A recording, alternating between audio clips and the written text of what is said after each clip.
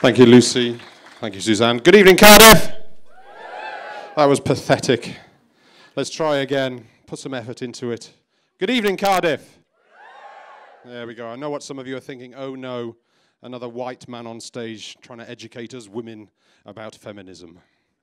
That is not the case this evening, ladies and gentlemen. That is so not the case. Let's go, apparently, is the code to start. I am white, I'm straight, able-bodied, middle class, and male. I am the patriarchy. It affords me every privilege. I chose my outfit this evening without worrying if it made me look slutty, available, or power-dressed. I don't have to worry that others might think me emotional because it's my time of the month. I'm not here to show myself as a better feminist than you. I'm not jockeying for control, and I'm not putting myself up as a spokesperson. The reason I am here is that I have male friends who are also concerned by Me Too, by toxic masculinity, and by everyday sexism, but don't instinctively know how to support, to be an ally, and help to how to achieve equality. Yes, they know how not to be a knob, yeah, but that's not enough. That's just about preserving the status quo. We need to change things. Now, a brief mea culpa. I am sorry and ashamed that there have been occasions in my life when I have not treated women as my equal. Perhaps through researching, writing, and delivering talks like this, I can try to be a better person. Equality will only happen if and when men truly buy into it. To do this, the power needs to shift, and most importantly, we men not need to be afraid of losing control. I think that men are more likely to buy into this if a list of actions were available. A lot of what's coming is written by a journalist called Danny Beckett, because she captured my thoughts far more pithily than ever I could. It's also been proofread by my friend Melanie, my mother, my partner, and my 14-year-old daughter Megan, and there's more from her later. So thanks to all of them. Okay, here's some of the basics. Are you ready? Here's some of the basics. Are you ready? Listen to women. Do not ever assume that you know what it's like. You don't. Always hold men and boys accountable for their actions. Boys will not be boys in my house. Before explaining something to a woman, ask yourself and her if she already understands it. She might know more about it than you do. Keep on listening to women. Don't introduce your friend as, "This is my mate Harriet, she's lovely." It's much less useful than, "This is Harriet, she knows shitloads about nuclear physics." Never, ever comment on how long it takes a woman to get ready, because she's trying to meet the ridiculous standards of the society which benefits us. Are you still listening to women? Shut your legs on public transport. Grabbing women by the pussy is never acceptable.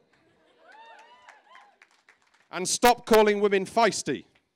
There is no need for a special lady word for has an opinion.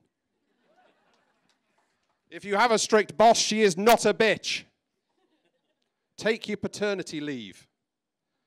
Have a look at your company's HR policies. Do they treat men and women equally as caregivers?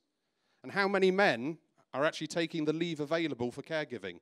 And how many could have done but chose not to?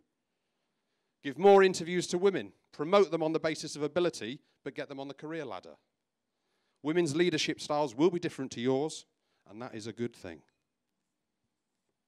Speak less in meetings. Ensure women are heard as much as men.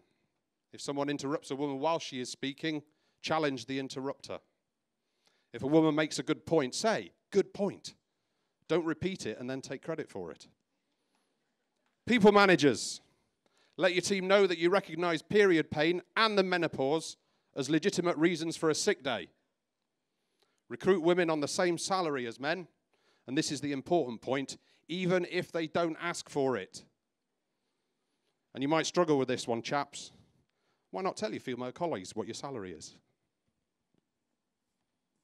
Examine your opinion on abortion, then put it away because, quite frankly, it's irrelevant. Unless you 100% support a woman's right to decide what she does with her own body. If you have inadvertently created a baby with somebody that doesn't want one, then pay for the necessaries and offer to be with her, but accept that she might not want you to. Believe women's pain. Periods hurt. Endometriosis is real. Polycystic ovaries, vaginal pain, cystitis, these things are real, but hysteria is not. Celebrate the media and the creative works of women. Go online, down the pub, shout about it wherever you can shout. Gender balance your Kindle and your Netflix accounts by the work of women. Think about the emotional support that you get from women. Do you turn to them for support but not give them any in return? Yeah, cry if you need to. Ask for help if you need to. Say you can't manage if you need to. It's okay, but do give something back. Be charitable.